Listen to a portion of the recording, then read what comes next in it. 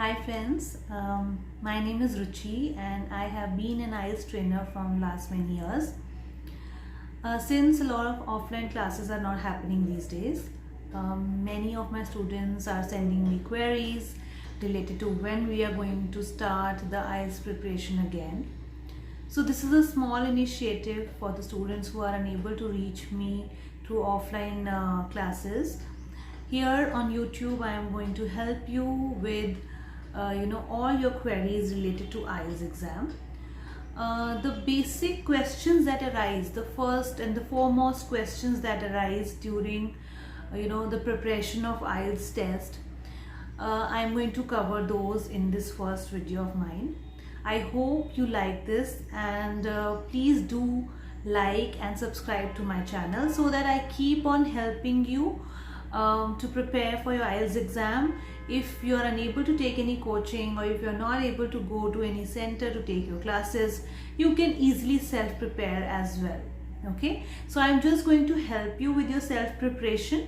For that, you just the basic questions that arise to your mind are what is IELTS all about. So we are going to talk about it in detail.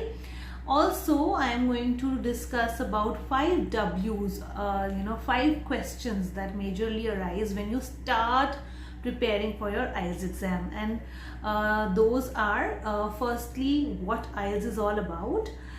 Then we talk about who should actually take this exam. Yes. Then the next question that comes to your mind is that will you actually be able to qualify this test, right? And which are the different parameters on which you are going to be judged during this IELTS test.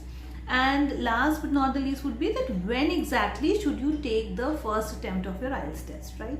So all my students have these queries most of the times. If you have any other query, you're most welcome to comment, and I would definitely try to resolve your questions, your queries further in my videos, right? So let's get started. So here comes the first question, that what IELTS is all about. So if I talk about what IELTS is all about, so I would like to tell you that IELTS is basically a language proficiency exam. Okay, so you can easily get the full form of IELTS, that is International English Language Testing System, right?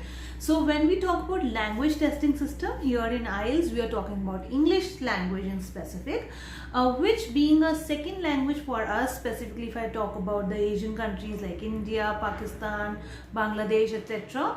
So here the problem arises that when we are taking this IELTS exam, we are being compared to a native speaker. When I talk about native speaker, that means a person whose first language is English. So we are being compared to that person. But here in our country, English is our second language. Hence, obviously, it's natural that we are not as good as the native speaker. ऐसा होता ही है ना, अगर हम हिंदी की बात करें तो जिस तरह से हम हिंदी में बात करते हैं, ऐसे ही किसी और कंट्री का अगर कोई इंसान है जिसकी फर्स्ट लैंग्वेज हिंदी नहीं है, तो वो हमारी तरह हिंदी इतनी अच्छे से फ्लुएंटली नहीं बोल पाएगा. तो सेम यहाँ पर भी यही प्रॉब्लम आती है कि because English is our second language, ये प्रॉब्लम बच्चे फेस करते हैं कि मैम हमने स्कूल में इतनी इंग्लिश नहीं पढ़ी है, या हमारी सारी एजुकेशन इंग्लिश में नहीं है, then how do I qualify the IELTS exam. So firstly you understand that this is a language proficiency test. And language में फ्रेंड्स सबसे बड़ी प्रॉब्लम ही यही होती है कि आप एक रात में नहीं है ना कि लैंग्वेज सीख लेंगे, right? So it's a slow and study process. So you have to give in some time to prepare yourself for IELTS exam. But it is not so difficult that आप कर ही नहीं पाएंगे, ऐसा कुछ भी नहीं है, right? So IELTS basically, as I told you, is a language proficiency test. Secondly, it is co-owned by Cambridge, IDP and British Council.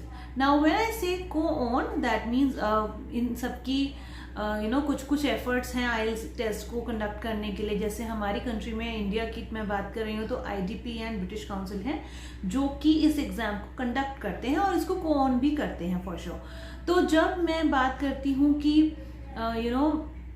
ये दोनों एजेंसीज कंडक्ट कराती हैं। दैट मीन्स अगर आप आइल्स टेस्ट अटेम्प्ट करना चाहते हैं तो आपको इन दोनों एजेंसीज के थ्रू ही अपना टेस्ट बुक करना पड़ेगा, which is authentic and it's an international platform. It is recognised by many universities as well as for immigration purposes. तो ये मैं आपको आगे आगे समझाती जा रही हूँ. तो हमारा दूसरा क्वेश्चन था, पहले आपको समझ में आ गया what IELTS is all about, right. अब हम बात करेंगे who should take this exam, किसके लिए ज़रूरत है, क्या आपको ये एग्जाम देने की ज़रूरत भी है या नहीं है. तो जब मैं इसकी बात करती हूँ तो आइल्स उन लोगों के लिए ज़रूरी होता है. दो तरह की कैटेगरीज होती है. एक तो होते हैं जो इमिग्रेट करना चाहते हैं from India to, not from just from India, from anywhere to the European countries like Canada, UK, US, Australia, New Zealand, etc.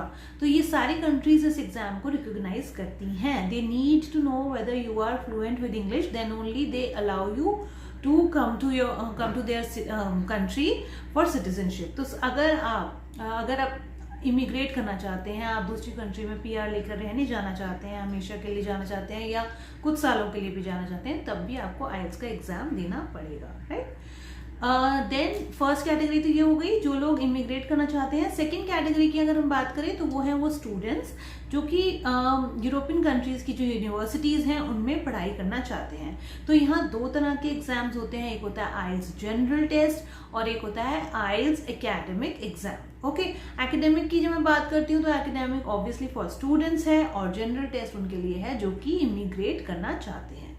This is very clear कि आपको लेना है या नहीं लेना है. आप इससे डिसाइड कर सकते हैं कौन सा टेस्ट आपको लेना है, क्या आपको जनरल टेस्ट लेना है या एकेडमिक लेना है. अब इसमें एक बहुत कॉमन क्वेरी बच्चों की ये रहती है कि मैम अगर मैं जनरल टेस्ट दे देती हूँ तो क्या मैं एलिजिबल होती हूँ एकेडमिक के लिए. तो बच्चों, some universities do agree on this. आप जब जिस यूनिवर्सिटी में अप्लाई करते हैं कई बार वो आपके जनरल टेस्ट के स्कोर्स पे भी आपको एडमिशन दे देते हैं. बट मैंने ऐसा देखा है अपने करियर में कि स्टूडेंट वीज़ा जब आप लगवाने जाते हैं, जैसे आपने एडमिशन ले लिया उसके बाद आपकी वीज़ा प्रोसेस स्टार्ट होती है, तो उसमें कई बार दिक्कत आ जाती है जस्ट बिकॉज आपने आइल्स जनरल टेस्ट दिया होता है. तो it is always suggested, it is always better, अगर आप पढ़ने जाना चाह रहे हैं तो आप आइल्स एकेडमिक का एग्जाम लीजिए, आप वही कीजिए, right. Moving ahead is which parameters will you B judged upon. अब जैसे कि पैरामीटर्स की जब मैं बात करती हूँ मतलब यह है कि आपको किस नज़रिए से आपको जज किया जाएगा, किस चीज़ों पे आपको मार्क्स दिए जाएंगे. ओके, तो जब मैं इसकी बात करती हूँ तो फ्रेंड्स आपको ये समझना बहुत ज़रूरी है कि जब पैरामीटर्स की बात होती है तो एक लैंग्वेज टेस्ट में आपको कैसे पता चलेगा कि किसी बंदे को या किसी इंसान को ये लैंग्वेज अच्छे से आती है या नहीं आती है. So that would only happen on 4 basis. That is listening, आपकी लिसनिंग स्किल्स को जज किया जाएगा, आपकी रीडिंग स्किल्स को जज किया जाएगा. रीडिंग इन द सेंस आपको एक पैराग्राफ दिया जाएगा, आप उसको रीड करेंगे और उसको कॉम्प्रीहेंड, आपको कितना समझ में आया है आपको वो बताना पड़ेगा through answering the questions. Okay, फिर राइटिंग स्किल्स, आप लेटर्स कैसे लिख सकते हैं इंग्लिश में या आपकी राइटिंग स्किल्स कैसी हैं, आप ऐसे लिख सकते हैं या नहीं लिख सकते, वो आपसे लिखवा के देखे जाएंगे. और स्पीकिंग स्किल्स मतलब हाउ डू यू स्पीक, आप कितनी अच्छे से कितनी फ्लुएंटली उस पर्टिकुलर इंग्लिश में अच्छे से कैसे बात कर सकते हैं. तो अब बहुत सारे बच्चे नेक्स्ट क्वेश्चन ये करते हैं, ma'am will I be able to qualify this exam, क्या मैं ये एग्जाम दूं तो मैं फेल तो नहीं हो जाऊंगी. तो students, I would like to tell you that there is nothing like fail और पास इन आइल्स टेस्ट. आपको इसमें एक बैंड स्कोर होता है, उसके हिसाब से आपको बैंड्स दिए जाते हैं. जब मैं बैंड की बात करती हूँ तो वो बेसिकली आपको एक लेवल सेट कर देते हैं. आपको ये बताते हैं कि अगर हम आपको एक नेटिव स्पीकर, एक इंग्लिश बोलने वाले जिसकी फर्स्ट लैंग्वेज इंग्लिश है, उसके साथ कंपेयर करें, सो आप कहाँ स्टैंड करते हैं. Okay, so if you get the full band which is 9 band is the full band for IELTS test. अगर आपके फुल आते हैं तो मतलब आप नेटिव स्पीकर की तरह ही बात करते हैं almost. Okay, which is quite unusual but it is not impossible for sure. बहुत सारे लोग हैं जो एम करते हैं band 9 and they do score 9 band as well. So band 9 होता है बहुत ही अच्छे स्पीकर्स, नेटिव स्पीकर्स की तरह बात करने वाले. उससे कम होता है very good, like if you score band 8 that's very good and if you score band 7 that is good. तो इस तरह से उन्होंने आपको एक स्टैंडर्ड पे सेट कर दिया कि आपकी जो लैंग्वेज है वो कहाँ पर आप स्टैंड करते हैं. ओके, तो अब प्रॉब्लम ये आती है कि बच्चे कहते हैं कि मैम हमें क्या पता हमें कौन सा बैंड अचीव करना है या हमारा गोल क्या सेट करें, हम हमारा बैंड कौन सा होना चाहिए, राइट. तो इसमें मैं आपको बताती हूँ कि जो हमारा नॉर्मल बैंड आता है लोगों का जो नॉर्मली अटेम्प्ट करते हैं इस टेस्ट को, उनका बैंड 6 के अराउंड आ जाता है, 6 to 7, राइट। तो उससे हायर जाने के लिए आपको थोड़ी ज़्यादा मेहनत और थोड़े ज़्यादा एफर्ट्स और थोड़ी ज़्यादा प्रिपरेशन करनी पड़ती है।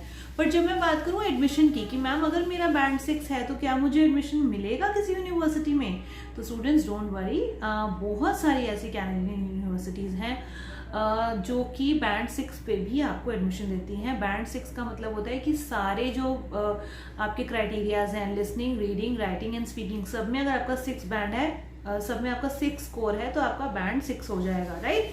तो ये स्कोरिंग सिस्टम भी मैं आपको आगे आने वाली वीडियोस में अच्छे से समझाऊंगी कि अगर मेरा बैंड इतना है तो मेरा CLB कितना होगा।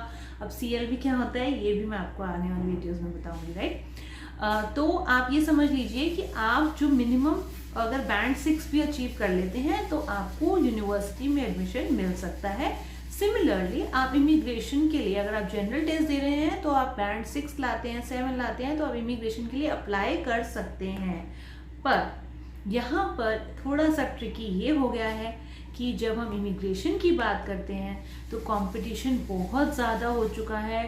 उसमें आपको मैं समझाऊंगी आगे आने वाली वीडियोस में कि किस तरह से आपका स्कोर पे आपको इमिग्रेशन में PR दी जाती है। तो वो स्कोर अचीव करने के लिए आपको बहुत अच्छे IELTS के बैंड लाने ज़रूरी हो जाते हैं। It is mandatory for you to get a good score these days in IELTS test, only then you get a good score for applying for immigration purpose, right. So that is another story altogether. So here you need to understand that minimum of band 6 you need to achieve to apply also. Okay, so when you achieve this band you are eligible to apply. अब आपका आप कौन सी university choose करते हैं, अब आपको ये चीज़ बहुत ज़्यादा ध्यान से सर्च करनी होती है। आप जिस यूनिवर्सिटी में जाना चाहते हैं क्या वो यूनिवर्सिटी बैंड 6 को एक्सेप्ट करती है या नहीं करती। कई यूनिवर्सिटीज़ जनरल टेस्ट भी जैसे मैंने बताया एक्सेप्ट कर लेती हैं। तो it is usually based on your university if you are a student, but if you want to immigrate then you need to score a little higher to get a good score to even get through the CRS cutoff, right. Next and the last one here in this video would be when you should take this exam. तो here students my answer would be आपको कब लेना चाहिए ये test, कब देना चाहिए ये एग्ज़ाम। तो उसके लिए बहुत सिंपल लॉजिक ये है कि अगर आप यूनिवर्सिटी में अप्लाई करना चाहते हैं तो ऑब्वियसली आपके पास पहले से ही IELTS का स्कोर होना चाहिए, तभी आप अप्लाई कर सकते हैं, राइट। क्योंकि ये उनका बेसिक क्राइटेरिया होता है कि आपके पास इंग्लिश लैंग्वेज प्रोफिशिएंसी होनी चाहिए। और वो कैसे पता चलेगी उनको, through your IELTS score, right. तो आप जब अप्लाई करने की सोच रहे हैं तो उससे 6 मंथ्स पहले, मैं तो अपने बच्चों को कहती हूँ 6 मंथ्स पहले you start preparing for your IELTS test. थोड़ा सा उसको टाइम दीजिए। अगर आप जल्दीबाजी में देंगे तो ऐसा नहीं है कि कुछ बच्चे ऐसे भी आते हैं जो कहते हैं कि मैम हमारी इंग्लिश तो बहुत अच्छी है, हम अगर एग्जाम देंगे तो हम डेफिनेटली अच्छा स्कोर ले आएंगे। दैट इज़ पॉसिबल, पर आपको एक पैटर्न, जो IELTS का पैटर्न है वो समझना बहुत ज़्यादा ज़रूरी होता है friends. Even if your English is very good, okay. So even if anybody, even if an English teacher herself will take the test, she needs to understand the pattern of the exam, only then she would be able to qualify or get a good band in that. So friends, I hope this video। और सबसे important एक question जो सब बच्चों के दिमाग में रहता है वो होता है कि ma'am when I take this IELTS test then from where should I book my test, whether it should be IDP or British Council. So students, it must be very much clear, almost throughout the video I have been telling you that the exam is co-owned by IDP, British Council and the Cambridge University. So there is no worry whether you are taking it from IDP or you are taking it from British Council. Both are the same. They are just different in the ways of conducting the test. Otherwise the test would be the test would be same even if you are taking it from British Council or IDP. So there is no difference in that sense. The only problem here comes that British Council, I have seen that most of the times is more occupied and often almost booked all the time. अगर आपको बहुत कम time span में test देना है तो आपको British council से कई बार होता है कि आपको बुकिंग्स अवेलेबल नहीं होती हैं, तो आप क्या कर सकते हैं, आईडीपी से बुक कर लेते हैं। तो इसमें कोई परेशानी वाली बात नहीं है, आप कहीं से भी बुक कीजिए। The only preference here is आपका टाइम और आपका कंफर्ट, आप कब टेस्ट बुक करना चाहते हैं और वो कहाँ पर अवेलेबल है, उसके हिसाब से अगर आईडीपी पे अवेलेबल है तो वहाँ बुक कर लीजिए, अगर ब्रिटिश काउंसिल में अवेलेबल है तो वहाँ बुक कर लीजिए। और उसका सेंटर आप चेक कर सकते हैं कि कहाँ पर अवेलेबल मिलता है आपको, तो उस हिसाब से आपको चूज करना होता है। अदरवाइज टेस्ट में या उसके फॉर्मेट में कोई भी डिफरेंस नहीं होता, whether you are taking it from British Council और you are taking it from IDP. So I hope ये जो क्वेरी है सब लोग जो पूछते हैं, I hope this is very much clear and there is no confusion about it. I hope this video is useful. Please do not forget to subscribe. This would not just be just for your benefit, but also for my motivation to keep making such more helpful videos for you all. Thank you for watching and do like and subscribe to my channel.